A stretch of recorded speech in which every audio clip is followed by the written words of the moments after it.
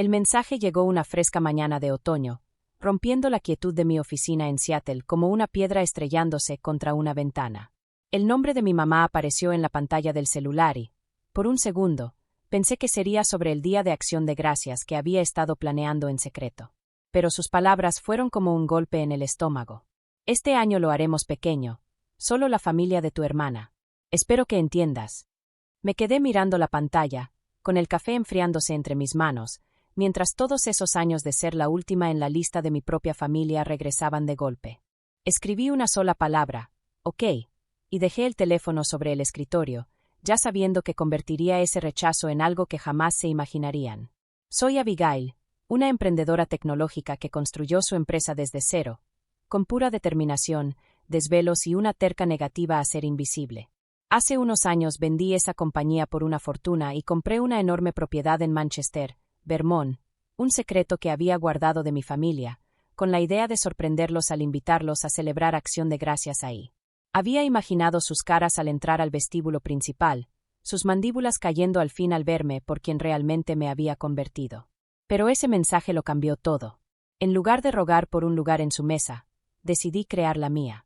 Una donde todos los que alguna vez fueron dejados fuera tuvieran un asiento.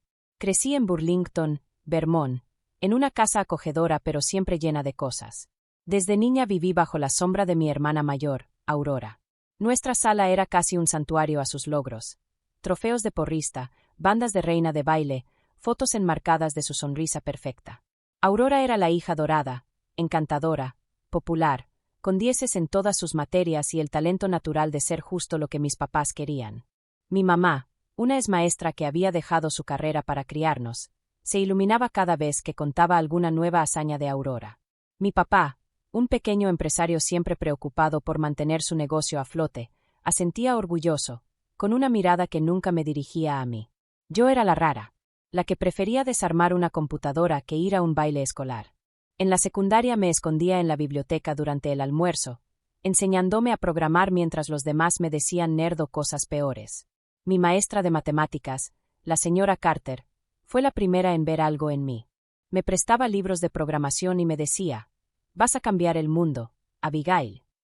Pero en mi casa, cada vez que intentaba compartir un proyecto de código, solo recibía miradas vacías o cambios de tema.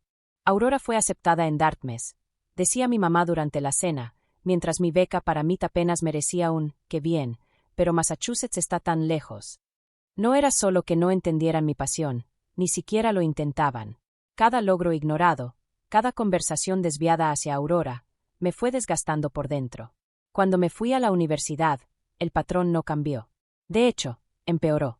Las visitas en vacaciones eran como entrar a un museo dedicado a la vida de Aurora. Su antiguo cuarto era ahora una elegante habitación de huéspedes. El mío, un closet lleno de adornos navideños y muebles viejos. Intentaba contarles sobre mis proyectos en MIT, pero mi papá interrumpía con: «¿Supiste que Aurora y su esposo esperan a su segundo bebé?». Mi mamá asentía con orgullo, mientras yo jugaba con el puré de papas, tragándome la punzada de ser invisible. Una Navidad llevé a mi novio, esperando compartir un poco de mi mundo. Pero mientras el esposo de Aurora era tratado como un hijo, el mío recibió apenas saludos corteses y silencio incómodo, antes de que la conversación regresara, otra vez, a Aurora. En su boda, vi desde lejos como 8 damas de honor, algunas casi desconocidas, caminaban al altar mientras yo ni siquiera fui invitada a participar. Durante las reuniones familiares, yo ayudaba en la cocina, pelando papas o lavando platos, mientras Aurora se reía con los invitados, su voz flotando por la casa como un recordatorio constante de mi lugar. El golpe más duro llegó cuando mi abuela enfermó. Me enteré por un primo, días después de que ya habían llamado a Aurora para que fuera al hospital. Cuando le reclamé a mi mamá, solo me dijo: «No quisimos molestarte, sabíamos que estabas muy ocupada con tu trabajo». Aún así volé a casa, con el corazón latiendo a 1000, solo para quedarme esperando en la sala del hospital mientras Aurora estaba incluida en todas las reuniones con los doctores. El mensaje era claro, no era esencial, ni siquiera en una crisis. Ese dolor me impulsó. Lo transformé en combustible para mi trabajo. En mi primer año en MIT, mientras otros iban a fiestas, yo improvisé un escritorio con cajas y programaba hasta el amanecer. Tenía 3 trabajos: barista, tutora y soporte técnico, para cubrir lo que la beca no alcanzaba. Mi Roomie, Mía, siempre me decía, Abigail, te vas a quemar. Pero no podía detenerme. Cada línea de código era un ladrillo en el muro que me separaba de la indiferencia de mi familia. Me gradué con honores y con una pequeña app para organizar grupos de estudio. Nada revolucionario, pero suficiente para conseguir un empleo en una empresa de tecnología en Seattle. Aprendí mucho ahí, pero quería más. Unos años después, renuncié para empezar mi propia compañía, con un préstamo de un profesor que creía en mí. Ese primer intento fracasó al año. Terminé sin dinero, durmiendo en un futón en un mini departamento. Pude haberme rendido, buscar algo estable como Aurora en su banco local. Pero el recuerdo de su desdén me empujó a seguir. Conseguí trabajo en una startup de rápido crecimiento. Arreglé un error crítico que salvó su plataforma y terminé liderando mi propio equipo. En las noches y fines de semana, trabajaba en mi siguiente gran idea, un software con inteligencia artificial para pequeñas empresas. Así nació Nexus Core, mi segunda compañía. Lanzarla fue como caminar por la cuerda floja sin red. Invertí todos mis ahorros, me mudé a un departamento minúsculo y sobreviví a base de fideos instantáneos y pura voluntad. Días de 16 horas se mezclaban con semanas de duda. Una noche, desesperada, llamé a mis papás buscando algo de aliento. Mi papá escuchó medio minuto antes de decir: bueno, Aurora no tiene que lidiar con ese tipo de estrés en el banco. Colgué, con los ojos ardiendo, y juré no volver a pedirles apoyo. Me apoyé en mi otra familia, Nia, que me prestó su sofá cuando no podía pagar la renta, mi profesor, que revisaba mis presentaciones, y colegas que se convirtieron en mentores. Cuando una firma de capital de riesgo invirtió millones en Nexus Core, sentí que el mundo finalmente veía lo que mi familia nunca quiso ver. Años después, la empresa creció de 3 personas trabajando en mi sala a 100 empleados en oficinas en Seattle, Denver y Boston. Conseguimos grandes clientes, sobrevivimos a crisis del mercado y vencimos a competidores. La chica ignorada en las cenas familiares ahora dirigía una compañía millonaria. Y cuando vendí Nexus Core por una suma que me cambió la vida, compré un elegante departamento con vista a Puget Sound y, por capricho, una impresionante propiedad en Manchester, Vermont. Me había enamorado de sus colinas onduladas y su encanto histórico durante un viaje en solitario un otoño. La casa principal tenía 7 habitaciones, una cabaña para invitados y hectáreas de senderos y praderas. Un refugio perfecto para mi vida caótica. Contraté a Thomas, un lugareño cuyo apellido estaba ligado a esa tierra desde generaciones, para que administrara la propiedad. Mantuve todo en secreto frente a mi familia, saboreando la idea de sorprenderlos con un día de acción de gracias que jamás olvidarían. Pero ese sueño murió con el mensaje de mi mamá. Estaba en mi oficina de Seattle revisando reportes cuando llegó su texto, como una bofetada. Este año algo pequeño, solo la familia de Aurora. No era la primera vez que me dejaban fuera, pero esta vez dolió más. Tal vez porque me había atrevido a esperar algo diferente. Mi asistente, Rachel, notó mi expresión. ¿Todo bien?, preguntó, cerrando la puerta detrás de ella. Le conté todo: el mensaje, los años sintiéndome relegada, mi plan secreto en Vermont. Sus ojos se abrieron con indignación. ¿Y todavía vas a ir al Thanksgiving con ellos después de eso? Negué con la cabeza, sintiendo una chispa encenderse dentro de mí. No, ya terminé de buscar su aprobación. Esa noche, con una copa de vino en mano y la vista del puerto desde mi balcón, marqué el número de mi prima Sara. Siempre había sido amable conmigo, aunque viviera al otro lado del país. A mí también me desinvitaron, me dijo con voz triste. Tu mamá nos contó que este año será solo la familia de Aurora. Curiosa, empecé a llamar a otros. Mi tío David, mi tía Linda, mi primo Simón, todos habían sido excluidos. Les habían dicho que sería una cena tranquila, solo con la familia inmediata. Más de 20 personas, algunos que habían viajado a Burlington por décadas, de pronto ya no eran bienvenidos. El golpe de mi propio rechazo se mezcló con una rabia silenciosa por ellos. Y entonces, una idea me atravesó como un relámpago. ¿Y si hacemos nuestro propio Thanksgiving?, le propuse a Simón. En mi casa de Vermont. Hay espacio para todos. Su escepticismo se convirtió en entusiasmo cuando le mandé fotos de la propiedad. Para medianoche, ya había reunido a tíos, primos, y hasta a mi abuela, quien juraba que estaría con mis papás. Amplié la lista para incluir a Mía, a colegas sin planes para las fiestas y a los vecinos de Vermont que apenas conocía. El dolor del mensaje de mi mamá empezaba a transformarse en otra cosa, una oportunidad para crear una celebración donde nadie se sintiera excluido. Las semanas antes del Día de Acción de Gracias fueron un torbellino de preparación. Delegué tareas en el trabajo para concentrarme en la casa de Vermont. Estaba decidida a que esta reunión fuera inolvidable. Thomas, mi administrador, trabajó sin descanso. Contrató al chef Julian, un ex-restaurantero de Boston, para crear un menú que mezclara los clásicos de Thanksgiving con el sabor local de Vermont. Reservé habitaciones en una posada cercana para los invitados extra, decoré la casa con detalles otoñales, calabazas, hojas secas, velas en tonos cálidos, y planeé actividades, caminatas, una mesa de manualidades para niños, y juegos junto a la chimenea. Compré regalos pensados para cada uno, cuadernos para mis primos, juguetes para los niños, whisky artesanal local para mis tíos. La lista de invitados creció hasta llegar a 35 personas, y con cada confirmación mi emoción aumentaba. La mañana de Thanksgiving amaneció con una ligera capa de nieve, cubriendo la propiedad como una postal. Me levanté antes del amanecer, con los nervios y la anticipación vibrando en el aire, mientras el sol doraba las montañas. Para media mañana, los autos y camionetas empezaron a llegar, descargando parientes y amigos que se quedaban boquiabiertos ante la majestuosidad del lugar. Mi tío Michael y su esposa Lisa fueron los primeros en llegar. Sus ojos se abrieron de par en par mientras Thomas tomaba sus maletas. «Abigail, ¿esto es tuyo?», preguntó mi tío, incrédulo. Asentí, sintiendo una satisfacción tranquila mientras les daba un recorrido. Mi primo Simón y Chloe, que me recordaban como la niña tímida que no soltaba la laptop, me abrazaron con fuerza. «Siempre estuviste destinada a hacer cosas grandes», susurró Chloe, y esas palabras sanaron heridas viejas. Mia llegó con su esposo, bromeando al entrar. «Bueno, si esto es lo que pasa cuando te desinvitan de una cena, que me desinviten todos los años. Esto le gana por mucho a nuestro viejo depa con la llave que goteaba», bromeó Mia. La casa se llenó de risas, música y el olor del pavo asándose en el horno. Para la tarde, el gran salón vibraba con conversaciones y reencuentros.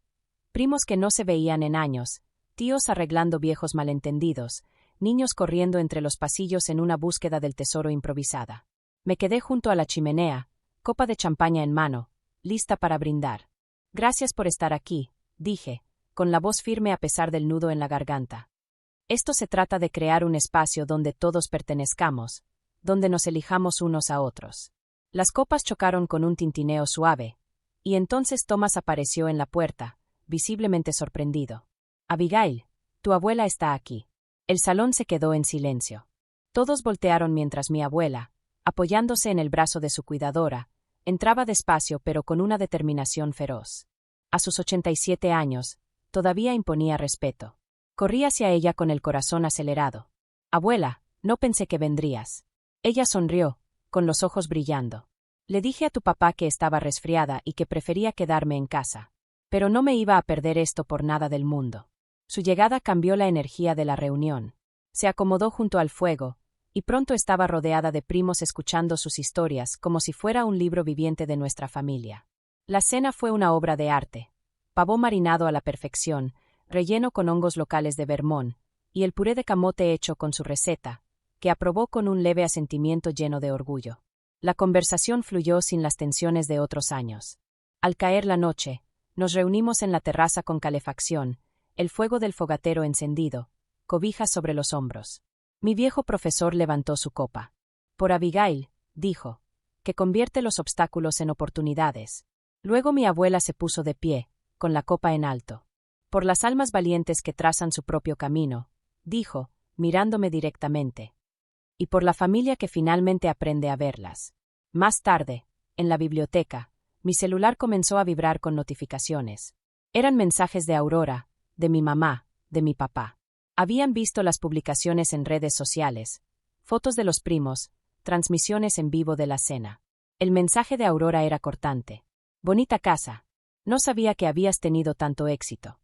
El de mi mamá era puro pánico. «¿Por qué está ahí tu abuela?». Los ignoré por un rato, concentrándome en mis invitados, hasta que mi abuela entró al cuarto, apoyándose en su andadera. «¿Es tu familia la que llama?», preguntó. Asentí y puse el altavoz. Su voz sonó clara, firme, como acero. Han dado por sentada a Abigail demasiado tiempo. Siempre poniendo a Aurora primero. Ella ha construido una vida extraordinaria. Estoy aquí porque se lo merece. Y ustedes también deberían celebrarla. El silencio que siguió pesó como verdad. Sentí que las lágrimas me picaban los ojos, no por tristeza, sino por el alivio de, al fin, ser vista. El día después de Thanksgiving, mi teléfono no dejó de sonar. Llamadas, mensajes, disculpas. Lo silencié, enfocándome en mis invitados. Algunos se quedaban a desayunar, otros se unían a una caminata al estanque. Mi abuela permaneció todo el fin de semana. Su presencia era un ancla serena. Por la tarde, finalmente abrí los mensajes. Había confusión en las palabras de mi mamá, dolor en las de mi papá y reproche en las de Aurora, que me acusaba de presumir para avergonzarlos. La llamé. Caminaba de un lado a otro mientras ella contestaba. ¿Por qué no nos dijiste nada de esta casa? Me reclamó mi mamá. Lo intenté, le respondí con calma. Pero siempre estaban enfocados en Aurora. Cuando me desinvitaste, creé mi propio Thanksgiving, con personas que sí querían estar aquí. La voz de mi papá entró, más suave. No fue nuestra intención dejarte fuera. Pensamos que algo pequeño ayudaría a Aurora con el estrés. Respiré hondo. No se trata solo de este año, papá. Toda mi vida he sido la que queda al final. Y ya no voy a seguir esperando su aprobación. Entonces Aurora habló, su voz temblando. Tenía celos, Abigail. Siempre fuiste tan libre, tan brillante. Yo me refugié en ser la favorita, porque era lo único que tenía. Su sinceridad me dejó muda. Mi abuela, sentada a mi lado, asintió despacio. Tienen trabajo que hacer, les dijo. Empiecen escuchando a Abigail. Esa llamada no arregló todo, pero abrió una puerta. Cuando se acercó la Navidad, dudé si invitarlos a Vermont. Pero las palabras de mi abuela resonaron en mi mente. Sanar pasa en pasos pequeños. Les envié un correo, invitándolos a pasar la Navidad en la casa, como una oportunidad para empezar de nuevo. Aceptaron. Una noche nevada de diciembre llegaron. Mi mamá se quedó sin aliento al ver el candelabro. Mi papá guardó silencio. Aurora me miró con una mezcla de asombro y arrepentimiento. Bienvenidos, dije, guiándolos hacia la sala iluminada por el fuego. Durante la cena, el ambiente fue tenso al principio, pero las preguntas genuinas sobre mi trabajo suavizaron las cosas. Mi papá compartió anécdotas de su negocio. Encontramos puntos en común. Aurora admitió. Tenía miedo de que me eclipsaras, así que te mantuve lejos. La voz de mi mamá se quebró. Les fallamos a las dos. A Aurora, con la presión.